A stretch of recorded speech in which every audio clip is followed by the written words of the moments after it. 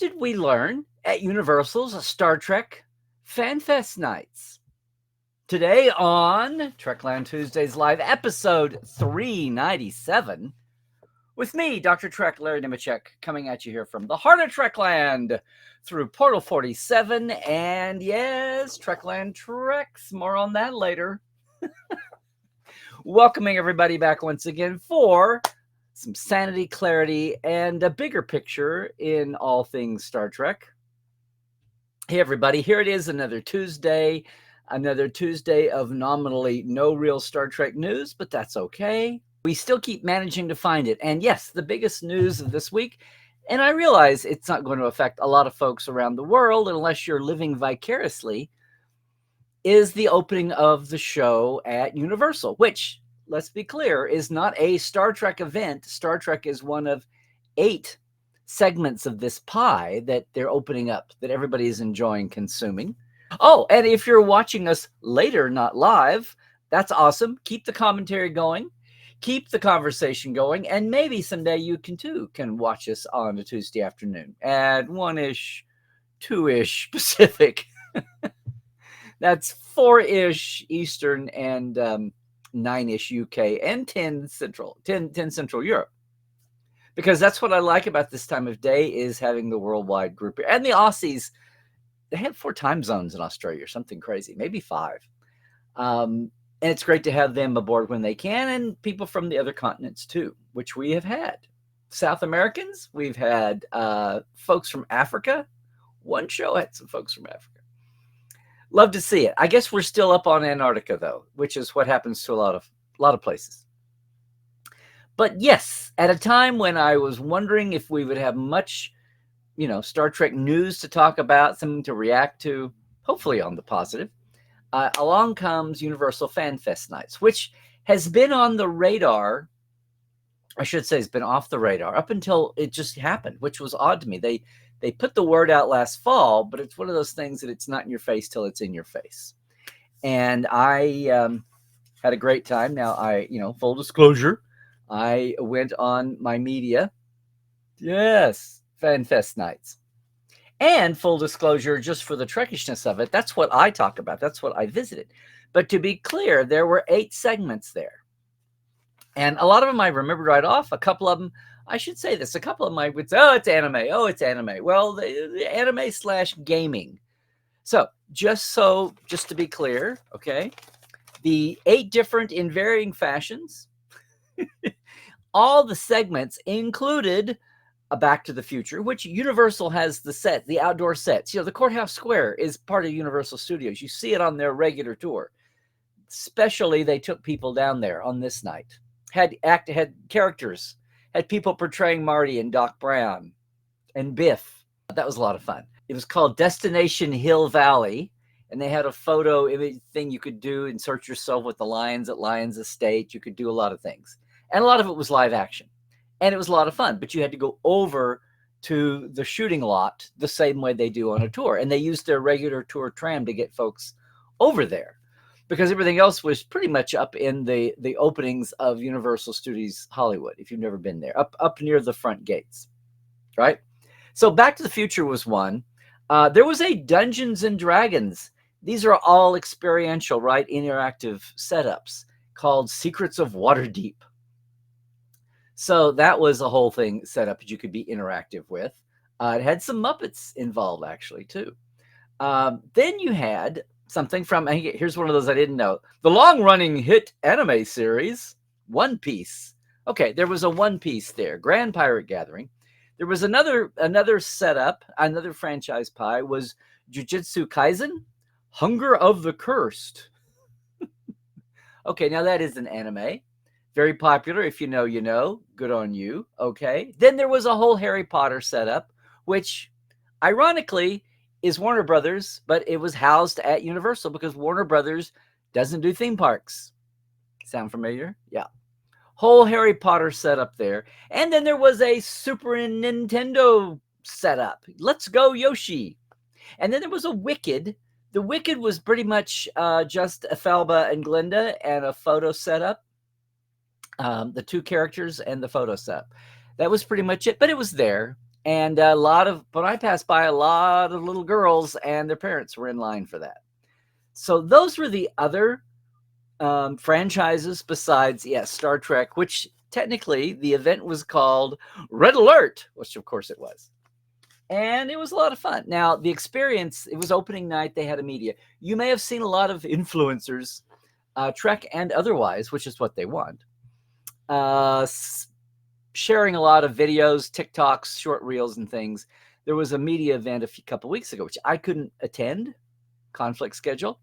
And what I'd wondered about was exactly how extensive things would be on this night. There wasn't a media event, except there was a red carpet. You may have seen a lot of this footage. You saw LeVar and Michelle Hurd and Tawny and Eugene and Will, a couple of the young ladies from Starfleet Academy making kind of their first big Star Trek event, which is kind of cool. I'm leaving somebody out. That was awesome to see. And it was pretty much just its own thing and out there for the newsreels. And then they did take them through the Star Trek Red Alert event at one point. But as a goer, and yeah, my media badge got me into the short line. What Universal nor Paramount could do about this evening was it was cold. It was weirdly cold, and it was a cold, rainy weekend, and that's supposed to change.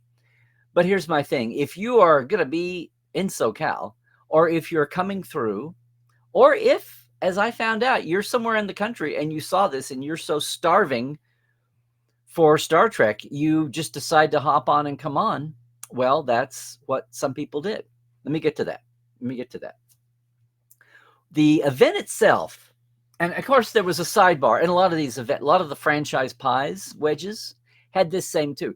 There was also a branded Quark's bar. No, it looked nothing like they took one of their outdoor cafe event places, stand-up ordering, and just branded it for Quark's bar. You've seen some of that out there. I've got some footage and video clips that we're going to do too still. And then right across next to it was a tin forward using the branding from the Picard style tin forward, right? The tin forward that looked neon-y. And they had premium drinks there. But there was let me just say this, there was a lot of time put into branding and being true to a Star Trek, if not the designs over there, but to the Star Trek food items. All the vegetarian items were called Vulcan, given Vulcan names. There was a Cardassian dog, which was like hot, flamey, crushed Cheetos dipped around a hot dog. There was some creativity there and some stuff that made sense. And it was a lot of fun, basically. But yeah, Star Trek got its own branded menu. Some of the others did too. And then you had the event, which had live actors. So here's what I wanted to get to. My reaction was it was a lot of fun. In fact, my biggest critique of the whole night, aside from the weather, and I couldn't do anything about that, my biggest critique of the whole night was there wasn't enough signage.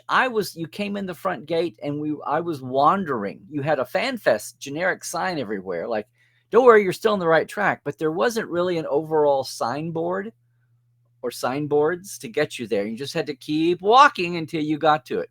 But generally, aside from the wicked photo op, Star Trek was kind of the first thing you got to.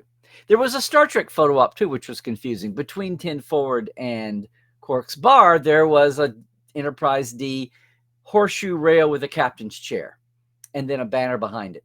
And you could sit down, and a guy, staffer, taking pictures of you when you could take your own picture, but he was taking you, handing you a card. You could get your shot later.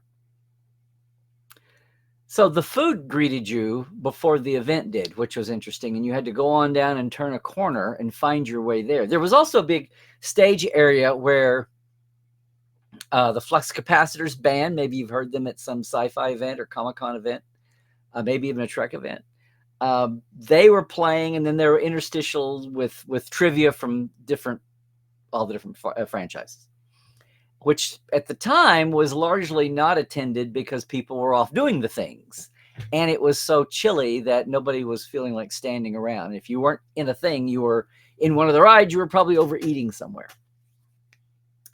So, Universal, just general, has had horror nights through October. And then over the years, it's kind of your basic backyard, church basement, haunted house field, theme park near you, horror night, right? They set up events that people can walk through and all of that.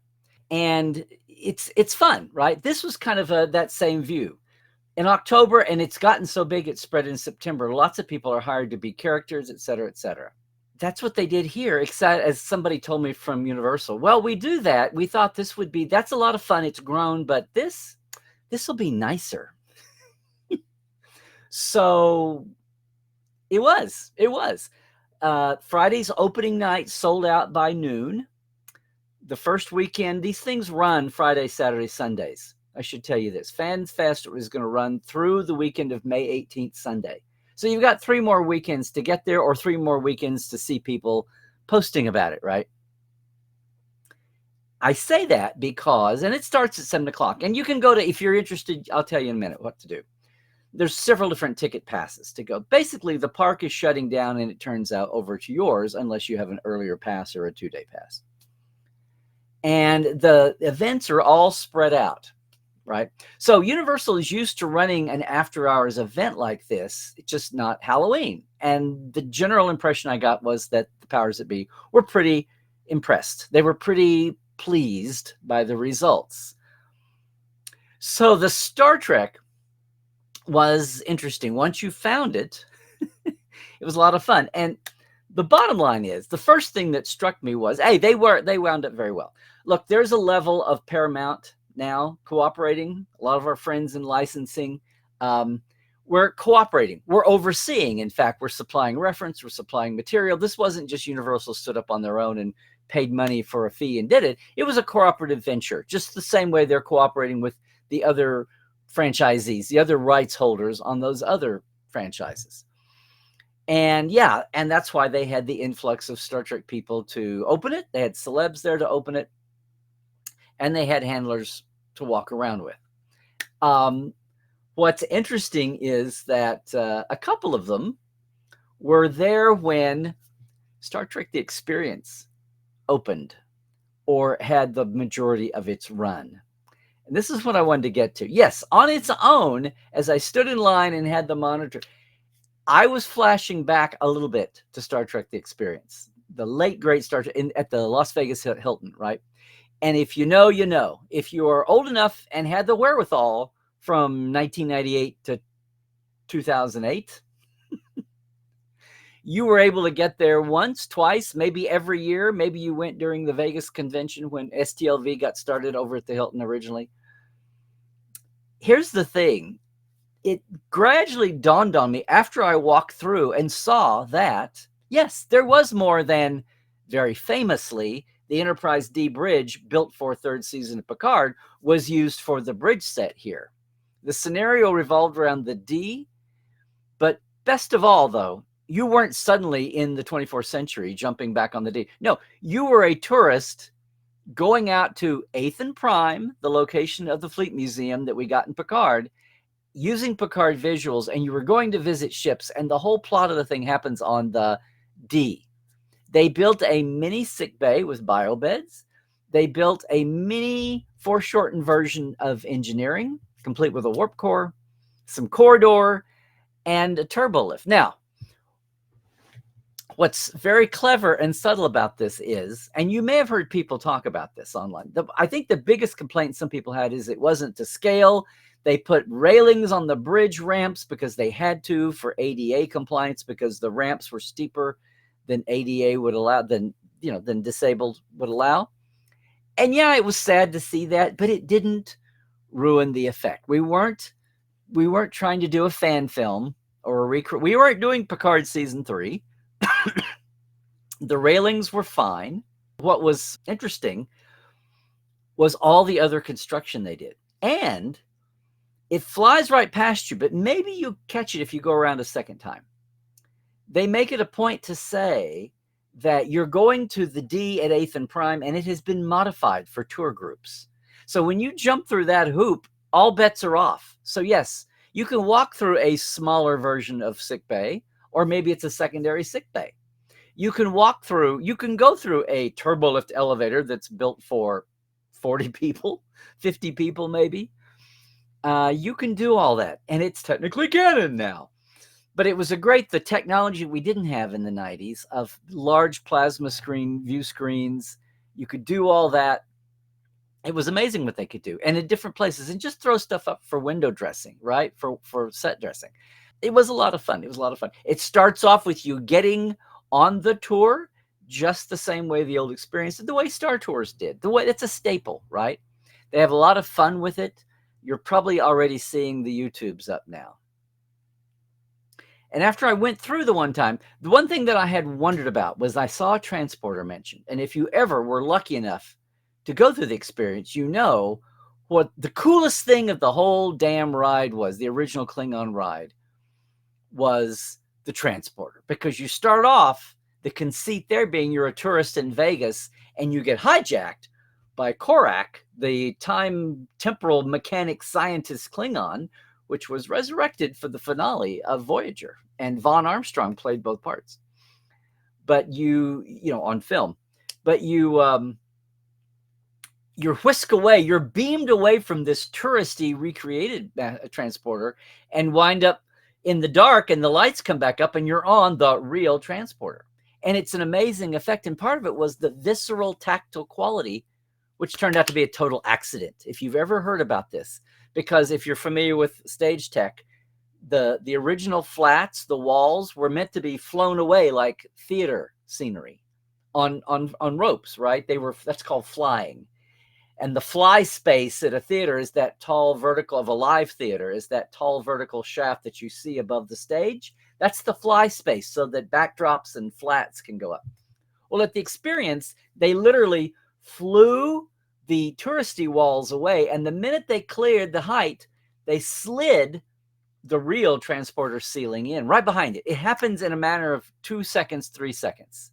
It takes your breath away, but it also takes your skin crawl away, because accidentally that creates an imbalance just momentarily in the air pressure, which is amazing. And the first test or two, they thought it was a mistake and they were going to get rid of it. And some bright person said, no, that's wonderful. It adds to the experience. Well, coming into this, the one nod that I hoped wouldn't happen was that they were so ambitious at Universal Fanfest that they were trying to recreate that experience because they weren't going to be able to.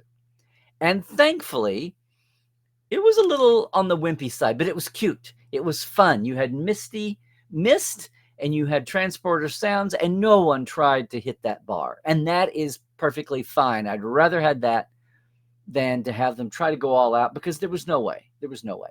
Because here's the bottom line, kids. You may see some people complaining about the railings on the bridge or anything else. Shut up. Look. And you may see a lot of people comparing this back to the experience. Oh, just shut up. The experience was a built, non-touring, quadrupled in the beginning, quadrupled effect, interactive space with ride machinery and museums, the whole bit. But it was built to last. It was going to sit there for years. It sat 10 years. It should have sat longer. Could have been upgraded. But there you go. It was a foursome. 2 of them were taken out to put in the Borg encounter, but 2 of them remain. So it was a built thing. This is going to be sitting for a month in these spaces, like most of the rest of the events from Fanfest. It's not sitting there all year. In that light, in that context, it was amazing. This was clearly the biggest interactive Star Trek anybody has had in ages, okay? That's been available. That is why several things started to domino in my brain. Thoughts came to me. Number one, yeah, the railing was a little disappointing, but hey, it's what they needed to do. And it's only there for a month. In fact, it's there for 4 long weekends, 4 Friday through Sunday weekends. Given that, my mind drifted over to, I wonder how many people who went to the experience and have missed it terribly and had nothing to replace it since can come to this and experience all that there was. It had a plot. It had a Star Trek cute little plot that was very Star Trekian. And you can't fault the basic story. It had live action actors what would there were 5, 6, 7, 1, 2, 3, 4, 5, 6, I can't remember now, but 6 or 8 live action actors, just the way the experience used to be. These actors are all in Picard era uniforms. They all look like young Starfleet officers. You've got people on screens also interacting in special effects. There were so many people, not the huge multi-million-dollar effort, but for what you're getting for a month, it was amazing. I just want to say kudos.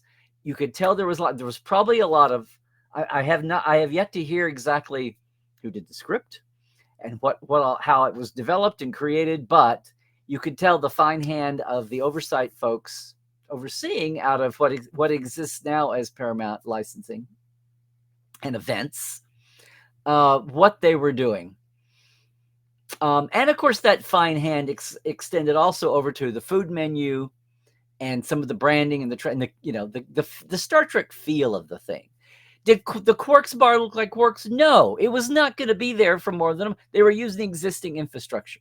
Did the 10 for there were some of the flats still from the 10 forward over. You've seen those too, that were used in the pop-ups a couple years ago. But for what it was a lot more than just for what it was. It was much more than I was expecting. I think they had all the notes right. But here's the thing. A couple of things occurred to me after we were done. And I went around twice. And I should say, by the way, that when you buy your ticket at whatever level, you're free to go anywhere.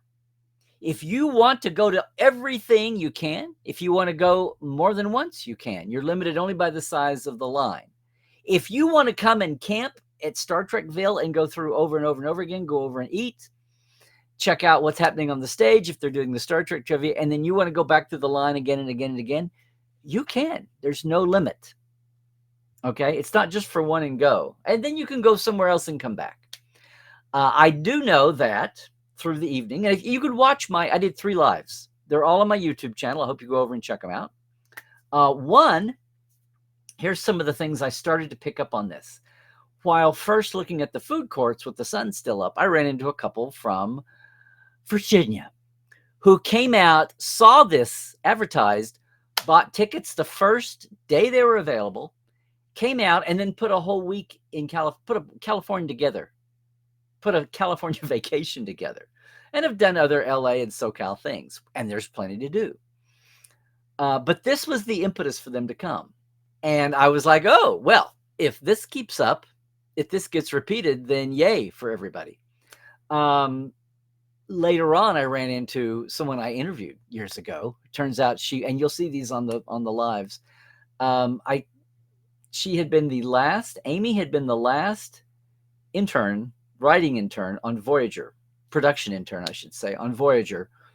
Oh, on Voyager. On Voyager. And then she had also left being an actor at the experience to come to LA and do that. So I sat down and interviewed for being an intern. We talked as much about, and that's where I learned about the characters keeping the running storylines going totally on their own back in the day. Wasn't part of the job, wasn't part of the plan, but the actors who were actors were so bored, they had to come up with something to keep them, who were walking around, not part of the scripted, although they could be, but the characters who greeted you, especially the Vulcans and the Ferengi and the Klingons and later on the Borg and Andorians. If you went to Quarks back in the day, there were always walking costumed characters around, and they gave themselves names, they gave themselves backstories, and eventually they had a long-running saga at the Time Station, which was their in-canon developed explanation for why this was sitting there in the middle of Vegas in the 90s. Not part of the plan. The actors came up with the Time Station. Amy had done that and been that. And for the last few years, 10 or more years, she'd been mid-level management at Universal. And we had a great reunion. Her 20-year-old daughter or so was there in Picard Command Red, and of her own volition, not forced by mom. And we had a great catch up. That's all in there too. And we looked, and one of the things we realized was the Universal app had queue times. So another realization from this night is we looked to see all those other franchises' wait times, 10, 15 minutes. Okay, that's healthy. That's good. 2 hours into the opening night, the Star Trek wait time was 35 minutes. Now, that was healthy. It's not 2 hours. It's not opening day Indiana Jones or any other first day, famously first day Disney, mob, way back in the day, Star Tours. 3-hour wait to get on it when it first opened. But we thought that the wait was basically triple at Star Trek what it was at every other location for whatever the setup was. Nice touch. Nice touch. Yes, learned that the whole Fanfest was a sellout by noon. Haven't heard yet how the weekend went. It was cold. That might have depressed numbers. So we'll see. We'll see what happens. It's set up for 4 weekends. I learned that Horror Nights originally, 10 years ago, whatever, had started off as just 4 weeks, and it had been so popular that they expanded it. Will that happen to Fanfest? I don't know. The general buzz was that there was no reason why not to have it. Look, it put the park to use for Universal's eyes. If they have it again, it generally was a success. It got people there. If they have it again, will Star Trek be one of the franchises? I think it will. And here's the thing. Since Paramount pulled back from having its own division after the Viacom divorce and Paramount Parks was sold off, that included...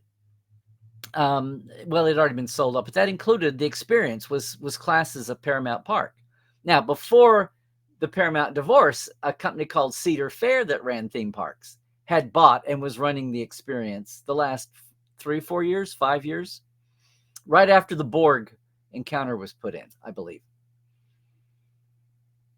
So Paramount still, like Warner Brothers, has no theme park division to showcase its major franchises. And so Warner Brothers installs Harry Potter gear and events at Universal, just like the 80s, before Vegas and before the experience and Paramount Parks, the original Star Trek Adventure interactive experience for a big crowd, with some people pulled out to be in the show, that used special effects, live effects, and mirrors, and kind of virtualizing on an 80s, 90s scale, ended in 91. That had been at Universal. So in a way, this was a little bit coming back.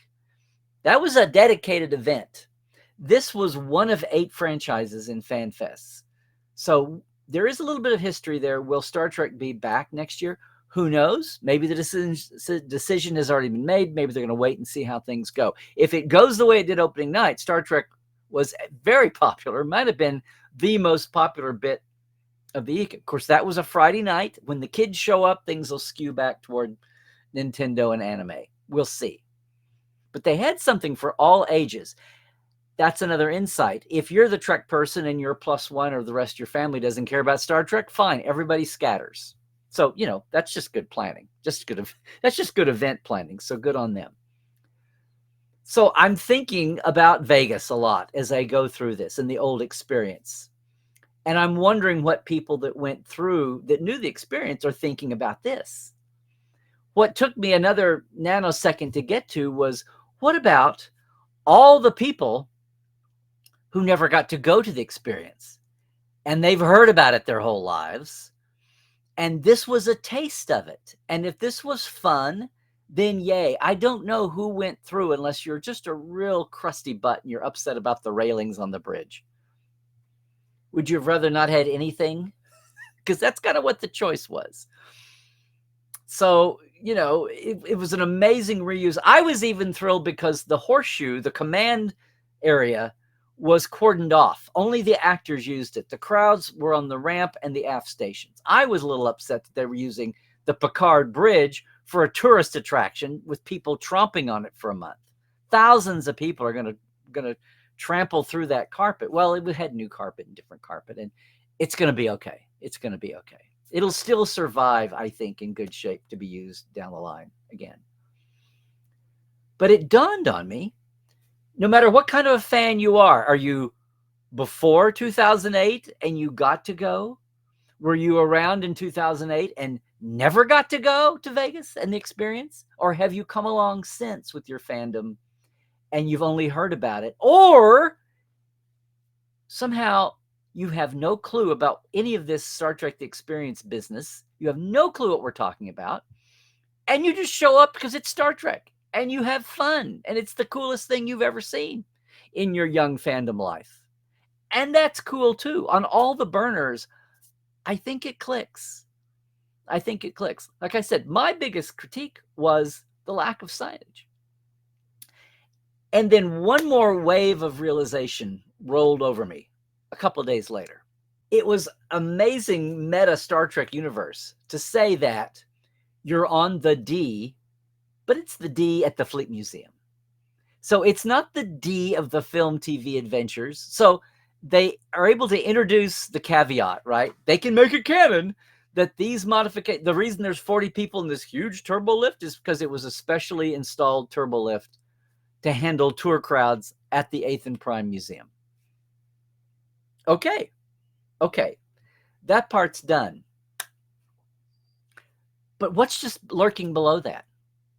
When you had the choice of what to do for a Star Trek installation at Fanfest nights at Universal, when you had the wide, broad, 60-year almost canvas of Star Trek, what did you go to? You went to the D. Now, you went to the D in Picard terms, arguably maybe the most beloved season of all modern Star Trek. And that I know that is saying that Gen Z and Gen Alpha have not chimed in yet about Discovery and Discovery's impact, just the way people denigrated DS9 and Voyager back in the day. Let's let another generation roll in before we totally write the judgment on all these series. But right now in 2025, look what was used. The most universally acceptable, now that sadly the original series is kind of passed out of a lot of people's radar. But that realization that they went to they utilized the D through the lens of the History Museum reminded me of something. When the experience back in 2000, 2008 first went down, because, and let it be the record, Cedar Fair, the owner, and Paramount, and whatever the hell was happening with the Viacom divorce, they were still in favor of continuing. It was the Hilton local management that had wanted rid of the Star Trek, the whole installation, which was a huge built piece. They'd wanted rid of it for years. As soon as that management turned over into the next 3, they all thought they could put better use to it. And they didn't, even in the 90s, they didn't think it was a fit. They soon found out that when it was gone, nothing else came along to fill that space. Nothing, and that the Hilton was going downhill. They lost their branding. They lost their, we all know. It's karma what happened to the Las Vegas Hilton for not extending the Star Trek contract. Talk about old school being blind to the power, not just the power of the ideas, but the power of the purse with Star Trek. Brought in a lot of bucks. And some of the bartenders, the old timers at the Space Quest bar outside of the Star Trek area, but right there next door to Quark's. The few years before the convention moved over, the Creation Con moved from there to the Rio, and they gave up with no experience there, but they kept it up for another year or two. Those bartenders said, yeah, they now realize what they lost. So I don't mean to relitigate all that history. What I'm saying is that when it went down, there was talk. Neonopolis, my very first blog entries were about going to Vegas and with some other people pitching the idea of Neonopolis, and they did it themselves, bought pieces of the excavated experience and we're going to move them over to another structure and assemble something, which sounded much easier than they thought. They thought it was much easier than it was in real life. They bought a license. They were going to be the licensed Star Trek interactive event place, still in Vegas, just downtown. If you want to find my archival blog, go back and look at some video and some blog posts back at the time. It was actually writing news stories. One of the problems with looking at doing a new experience, even 10 years later, the original experience was built right in the heyday of Next Gen and DS9. And it was promoting those shows, and the Next Gen movies were happening. One of the problems 10 years later was suddenly those were gone. Those were not in active production. And 10 years later, we didn't know what the future of social media. Now in hindsight, we get it. At the time, One of the stumbling blocks to moving forward with an experience, besides who's going to sponsor and pay for it, was what do you do? What do you depict? And as we oozed into the JJ movie era, when at first a lot of people were bedazzled by the new era and the Kelvinverse before, as I kept trying to quietly say, these are 2-hour movies. Are they really going to, even if you love every second of it, are they really going to invest, say, the way Star Wars did out of the blue? Star Wars came out of the blue on its own and also within its own franchise. The JJ movies came with 40-something years of Star Trek already out there. And even its own fan base not only was split in opinion, but was split with its heart. How many 100 hours back then of prime Star Trek was there to compete with this 2 hours? All this to say, when you're talking about investing millions into a set piece like the experience had been, what do you depict? What part of Star Trek do you go to? Or do you divide it up in a pie the way a couple of European theme park events were done? Do you divide it up in a pie and have a different section represent different eras somehow? So, which is what, where was it? In the UK or Germany? That was I remember the thing representing Enterprise was the Armory. Herman Zimmerman was in charge of designing it. I have plans around it somewhere. I did imagery consulting back in the day when that's what I did. Only we didn't have titles the way they do now. It was just, oh, well, Larry will help you do this. Not being an employee, I'm just a 1099er. My point is, one of the stumbling blocks to keeping the experience going was no one knew what direction to go. It was a very influx time for the franchise, in case you didn't know. Now look, we've trotted out 5 or 6 different shows. I'm not saying that, we went with, just doing the math of brain and memory and the math of heart. What are the great unwashed people going to be most familiar with, and what is it easiest to tell a story with? And to do the then and the now. The dilemma, the stumbling block of doing a new experience in the late aughts and early teens was, what do we go with? Do we wait for something to come along and assert itself and suddenly get popular? Oh, that's what we do.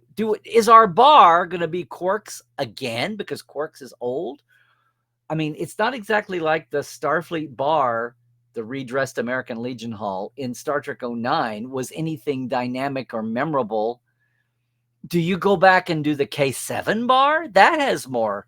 After Quarks, what bar of all the bars built in all the shady planets in DS9 and Voyager and Next Gen, what has the most emotional resonance with people after Quarks? The K7 bar, right? Do you do that? Is that what you do? Or is the original? See, that's what faced people. I realized that none of that hem-hawing happened here. Or maybe it did. But very quickly, powers that be, brains that be, designers that be, decided this is what we're going to go with for this installation. Now, it's only a month of weekends. It didn't need to have there wasn't a huge investment. Nobody's talking about having to do something that's going to sit here for 10 years. So that may have taken some of the burden of decision-making away. But it did strike me a couple of days later. I remember the days when people said, well, if we did do another experience, what do we base it on? What do we depict? The one thing or the 5 things? How do we go at it? And all these years later, and all these new Star Treks later, in small doses, no 26-episode seasons here, do you realize that Discovery is going to have far fewer episodes, it does, than even Enterprise? And Enterprise was the runt of the litter? Ha, no more. Yeah. Someone just made a decision, or the group made the decision. Let's go with this. It makes sense. Boom. Is there any way coming out of Fanfest nights, if the fandom hunger continues, if the Fanfest nights do well, and whether or not Star Trek continues to lead the popularity among the other 7, and it's not a contest, it's there, it's paid for, let's see what happens. Is there any way that Fanfest nights and the Star Trek portion of it, the Star Trek portion of it, could portend to be one big giant circle back to where we were with the adventure happening in the late 80s through 91. Does enough of a new generation get hungry? Are powers that be shown dollar signs and happy faces and social media? Are they shown the way that this could work again? Right now at Viacom, at Paramount Global, there is no parks department division. There's an events and parks oversight. Would somebody at some point decide to re-expand that? Now, part of what drew parks and all that was Paramount would run them and then use the different franchises to pop, just like Disney would do at Disneyland, except Paramount Plus, Paramount Global is no Disney. Disney's got 47 major franchise brands, recognizable characters, 4,700 maybe. Paramount has a few. And of course, Star Trek would lead the way. And there's only so much you could do with Mission Impossible, or even, I don't know, pick another one. Or that's in that Viacom family, like SpongeBob used to be. Still is. Some of the other ones. But you've got kids stuff. You've got adults.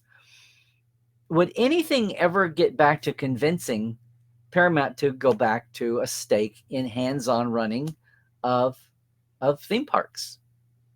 Well, at the moment, there is so much uproar, confusion, chaos, flux is the nice word to say, about everything Paramount, that no one's going to jump out and say, and in the middle of all of us not even able to bring a Star Trek movie to bear, we're going to start theme parks.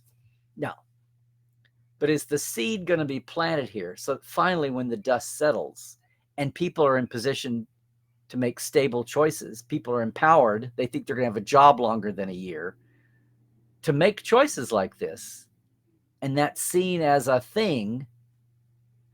And, other world forces like, the economy, we don't go into a depression again. If all that lines up, could this have been the start of reminding the fan base and the corporate folk what this kind of thing looks like? At least they picked out what the design element was going to be. Hey, that was a major victory. And as some of the fans I talk to show up from whatever their background is, they knew Vegas, they wish they'd known Vegas, they have no clue about Vegas. And I say Vegas, I mean the experience. We'll see. Meanwhile, there's 3 more weekends. Will these numbers hold up? Will this excitement hold up? We'll see. You'll see a lot of, the reveals online. They ask all the media, all the social media folks, not to show not just to do a continuous movie scan of the whole thing, which I understand. Of course not. You want to have some surprises. When you're not like sitting back critiquing the design, critiquing how the actors are doing in their roles. Yeah.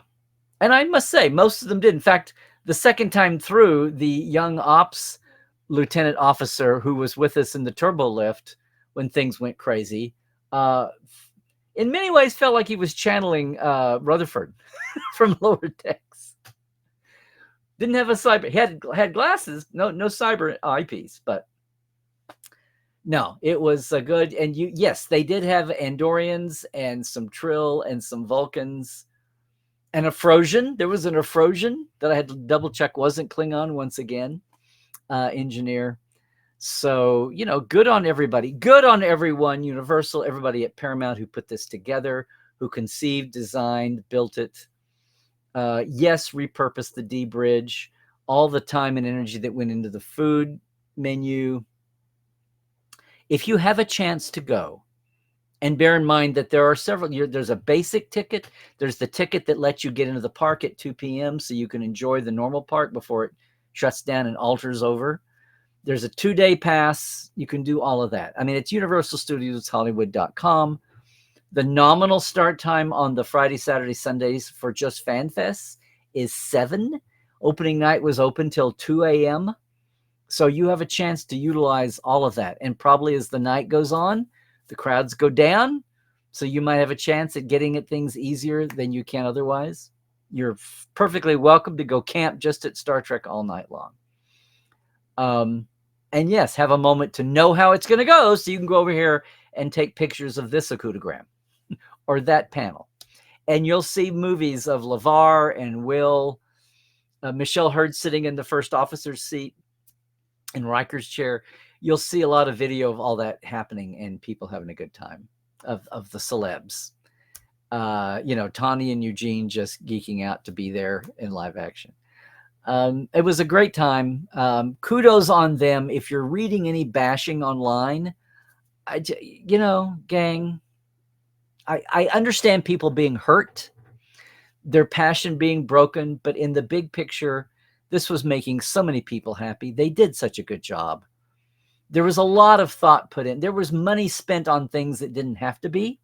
There was care shown in layers and levels that didn't have to be, but was. And a lot of it's because I know some of our friends who were oversighting those things, overseeing them, either insisted on that or they just made sure the details were good. So it was a great experience.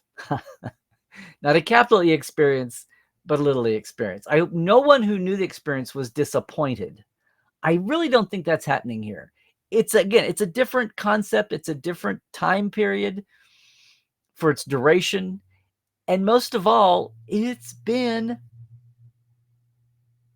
15, 17 years since the experience closed. 17 years since the experience closed. And even if you knew the experience, you're missing it enough. This taste, and it was more than a taste. This 1-course meal, not a 5-course meal,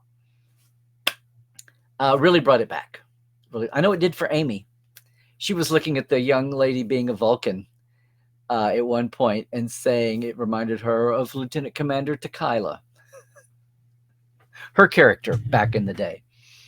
So that's going to do it today, gang. I just wanted to present a review, and also I was not prepared to start thinking down the line about what this all might portend, whether it was intended or not, what we can glean from this, where things had been even 10 and 20 years ago and where things are now, and what it tells us about our fandom and what it tells us about the franchise holders, even as they may not feel as free to make bold decisions because we're still waiting on the world to settle down outside. Yeah.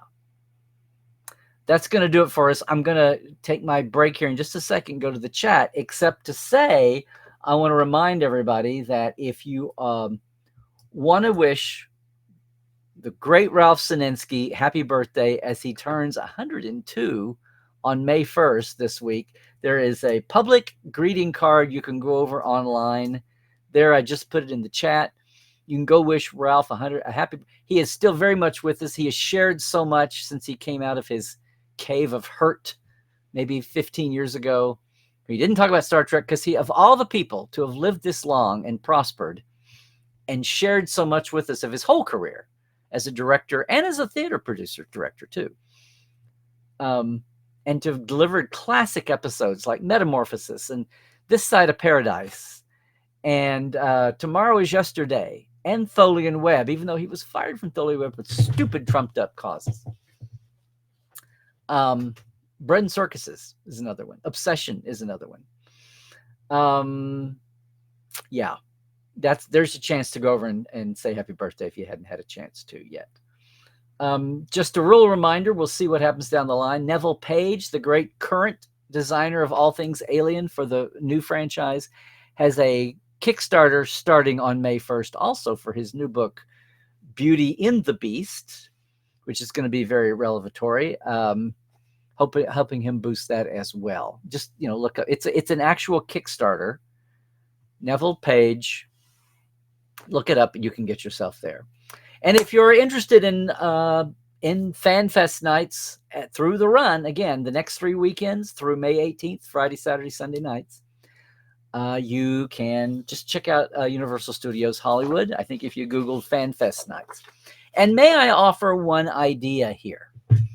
As I found out, retrospect, someone already is. I've got a tour from Trekland Treks coming up.